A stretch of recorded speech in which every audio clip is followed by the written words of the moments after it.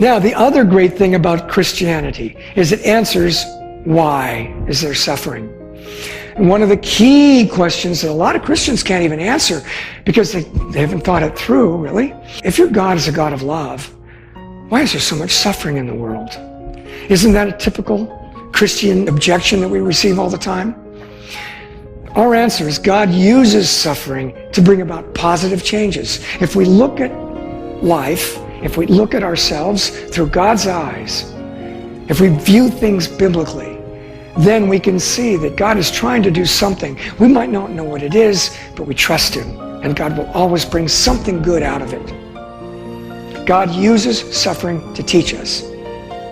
C.S. Lewis, you might all be familiar with him, another great apologist, Christian thinker of the 1900s, said, "Pain is God's megaphone to arise a deaf world." When suffering comes, people realize, oh, I guess I'm not God.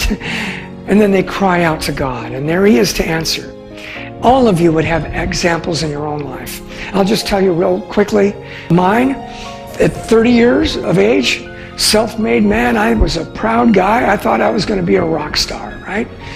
And I looked at my wife. We had a 1-year-old child, been married 5 years, and I saw that there was no love in her eyes for me any longer. If she wanted a divorce, it was over. That broke me. I looked in the mirror and I realized I wasn't who I thought I was. And I'd made a promise. My mom had been divorced by my dad when I was 18. I was left in the house with her, and I remember for the next 6 months to a year listening to her cry herself to sleep every night. And I said, I'm not going to be like my dad. And here I was at the verge of being just like my dad. That broke me. That suffering, that pain brought me to that point of humility where I could realize I need God. I'm sure you could all relate to stories similar, how God has used pain or suffering to do great things in your life.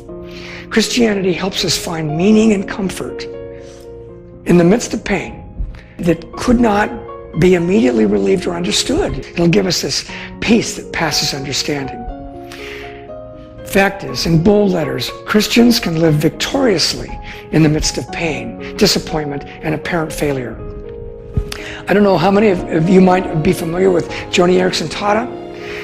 She was in a diving accident in 1967 and left her as a quadriplegic in a wheelchair. Today, she is an internationally known mouth artist. She draws pictures and paintings with her mouth. She's also a wonderful Christian vocalist. She's a radio host. She's an author of 17 Christian books and an advocate for disabled people worldwide. If somebody's going to complain about our situation, look at her. Attitude determines altitude. Attitude determines altitude. And our attitude is changed when we go to the Word of God and let God speak to us and change our minds. Can God do great things? Can He bring beauty out of ashes? Absolutely. That's the story of Christianity.